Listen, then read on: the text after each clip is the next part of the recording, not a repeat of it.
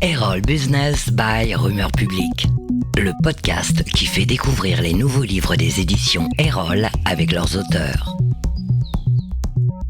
Bonjour et bienvenue dans Erol Business by Rumeur Publique. Je suis Jean-Christophe Latournerie et j'ai le plaisir aujourd'hui de recevoir Pauline Lahari pour Votre business model sur mesure, la boîte à outils pour concevoir, entreprendre, agir et manager, écrit en collaboration avec Alain Vandecotte. Bonjour Pauline et merci de participer à ce podcast. Bonjour à vous, merci de me recevoir. Pauline, vous êtes une entrepreneuse et chef d'entreprise, une distinction qui méritera qu'on y revienne. Vous avez passé plusieurs années en Chine avant de créer My CV Factory en France et de lancer une start-up à nouveau en Chine en 2019. Votre passion, c'est l'entrepreneuriat, en particulier dans le numérique, et vous accompagnez de jeunes entrepreneurs. Le business model, ou modèle d'affaires en français, est ce que vous appelez le nerf de la guerre. Créer une entreprise, en reprendre une existante, la question se pose, quel business model, quelle organisation, quelle chaîne de valeur? Cet ouvrage fourmille d'idées, d'exemples, de conseils, de solutions pratiques et quotidiennes pour mener un projet d'entreprise à son terme, la réussite. Pauline, avec votre co-auteur, vous avez interviewé 25 personnalités inspirantes, essentiellement des créateurs d'entreprises. Et ce qui est intéressant, c'est que ces nouvelles entreprises ne sont pas toutes des jeunes pousses du numérique et de loin. On y trouve un plombier, un fabricant de chaussures, des salons de coiffure, mais aussi Blablacar et un fabricant d'exosquelettes. Bref, la création d'entreprises se porte bien et dans tous les secteurs. La première partie de ce livre, les 25 histoires d'entreprise, apporteront au lecteur des idées, des exemples, le côté pratique de l'entrepreneuriat, la joie de la réussite et aussi quelques histoires d'échecs parce que c'est aussi ça l'entreprise. Ces 25 histoires sont riches d'enseignements, des enseignements organisés en 2 parties et 6 chapitres. Première partie, conception du business model et posture entrepreneuriale. Si l'on vous écoute, les points clés sont être l'architecte de la conception, être leader de la commercialisation, être le manager du premier âge et être le metteur en scène. Seconde partie, construire le business plan. À commencer par la rédaction de l'executive summary ou l'art de la synthèse. Il faut ensuite argumenter son business plan, travailler le prix, un élément essentiel du marketing, se poser la question justement de la stratégie marketing, puis de la stratégie commerciale, faire attention aux dépenses et organiser l'administration, la compta et la gouvernance qui sont les clés de la sérénité. Enfin, manager, c'est savoir s'entourer.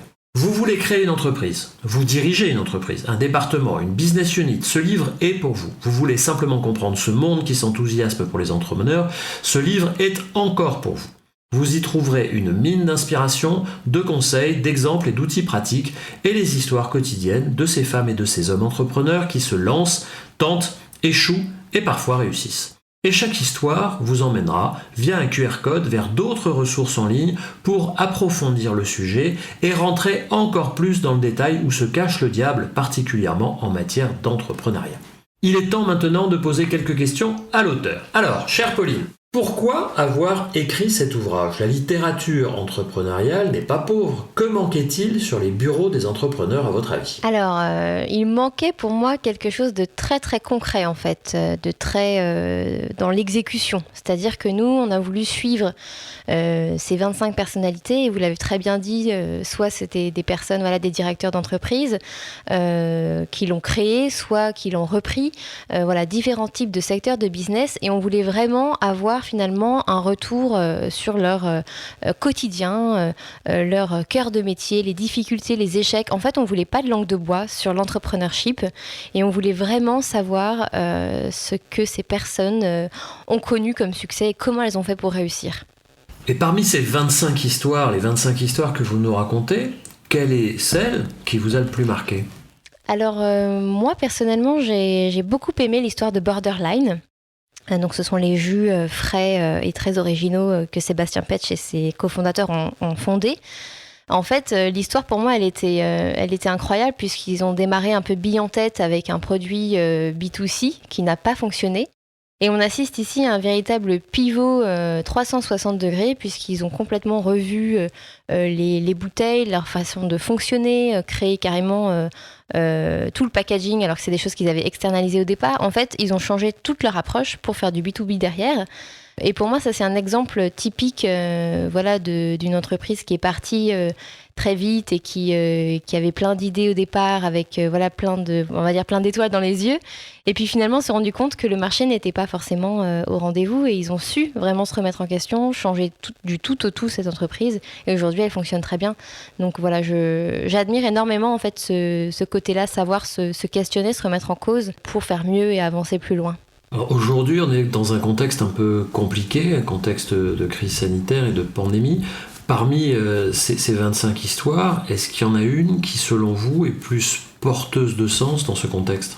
Eh bien, je dirais probablement toutes les entreprises qui ont une dimension écologique.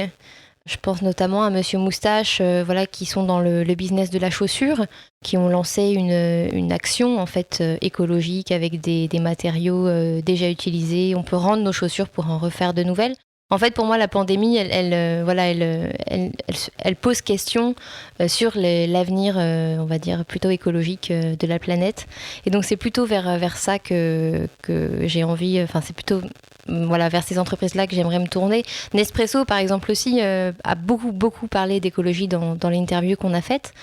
C'est des entreprises, en fait, qui pensent à l'avenir et c'est plutôt vers ça que j'ai envie de me tourner demain, c'est sûr. Vous insistez dans le livre sur la nécessité de faire du temps son allié. C'est vraiment un des éléments clés du livre, mais comment on peut faire pour avoir le temps comme allié alors que tout s'accélère ? En fait, le temps, c'est mon allié si j'arrive à m'organiser. C'est-à-dire qu'il y a des personnes qui... on a tous le même temps dans une journée, bien évidemment. On va tous travailler le même temps. Mais il y en a qui vont être beaucoup plus efficaces que d'autres. Et en fait, on a remarqué dans toutes les interviews qu'on a menées que c'est vraiment l'organisation de son temps qui va faire la différence à la fin.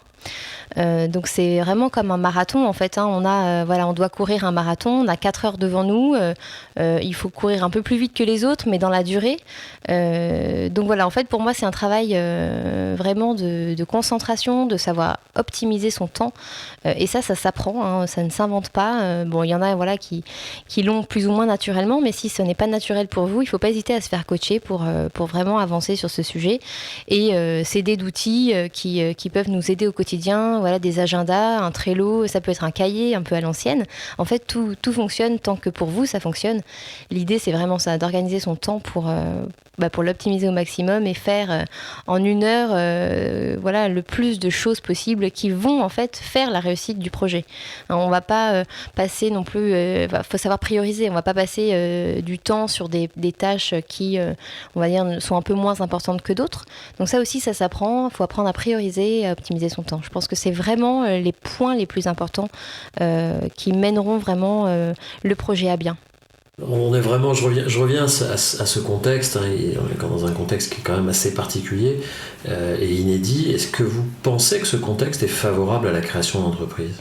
Eh bien, tout à fait. En fait, je trouve que ce contexte a permis une remise en question de la vie qu'on mène, qu'elle soit écologique, mais aussi dans la carrière. Hein. Nous, chez MyCV Factory, on a beaucoup eu de clients, de candidats qui se sont dit, aujourd'hui, mon job, il a moins de sens qu'avant. J'ai envie de faire quelque chose pour moi, de penser à moi, à mes enfants. Donc voilà, en fait, l'idée, je pense que les gens se sont dit, la vie, elle est un peu courte et on va essayer d'en tirer le meilleur au maximum. Et donc, je vais changer de vie, je vais aller m'installer en maison. Vous avez vu, les prix de l'immobilier de région parisienne vont exploser probablement. Les gens, en fait, se sont dit, on va changer de vie, on va améliorer notre quotidien et on va essayer de faire quelque chose pour soi, d'où la création d'entreprises probablement. À mon avis, il y aura beaucoup d'entrepreneurs qui vont se lancer juste après ça. Et ça paraît finalement assez logique quand on y pense. Et justement, alors beaucoup de créateurs d'entreprises, mais quelle différence vous faites entre l'entrepreneur, créateur d'entreprise, et le chef d'entreprise ? En fait, je pense que le créateur d'entreprise, il y a le mot créateur, donc il y a beaucoup de créativité. On va dire que celui qui fonde l'entreprise n'est pas forcément un très bon gestionnaire, alors qu'un chef d'entreprise, il y a cette notion de gestion derrière, de management.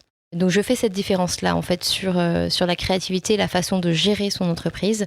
Maintenant, attention, un créateur d'entreprise peut très bien devenir un très bon gestionnaire et devenir un très bon chef d'entreprise et vice-versa. Donc, mais voilà, les deux ne sont pas forcément synchronisés et ne sont pas forcément innés. Donc, on peut apprendre beaucoup et devenir un très bon chef d'entreprise tout en étant très créatif.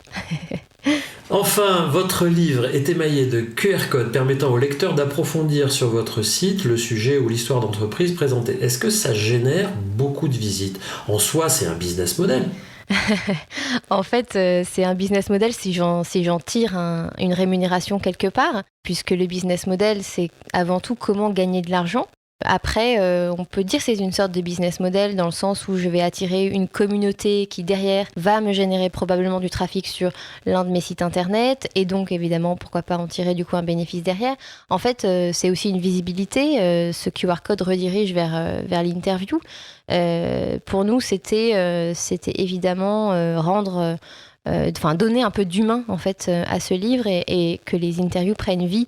C'est souvent ce qu'on a dans les livres, c'est-à-dire qu'on lit, après on oublie un petit peu qu'il y a quand même des humains derrière et je trouvais très intéressant de pouvoir écouter les interviews chez soi, pouvoir prendre des notes, éventuellement pouvoir les écouter dans le métro. Alors aujourd'hui ça paraît bizarre de dire ça, mais on prend moins les transports. Mais voilà, j'espère pendant ce confinement d'ailleurs que les lecteurs ont peut-être eu l'envie d'écouter plutôt que de lire en faisant autre chose, en faisant du repassage ou du ménage ou pendant la sieste des enfants. Mais voilà, l'idée c'était vraiment ça, de faire prendre vie à ce livre.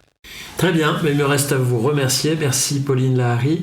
Votre business model sur mesure, la boîte à outils pour concevoir, entreprendre, agir et manager par Pauline Lahari et Alain Vendecotte, un ouvrage des éditions Erol. À bientôt pour un nouveau podcast Erol Business by Rumeur Publique. Merci beaucoup. Merci beaucoup Jean-Christophe.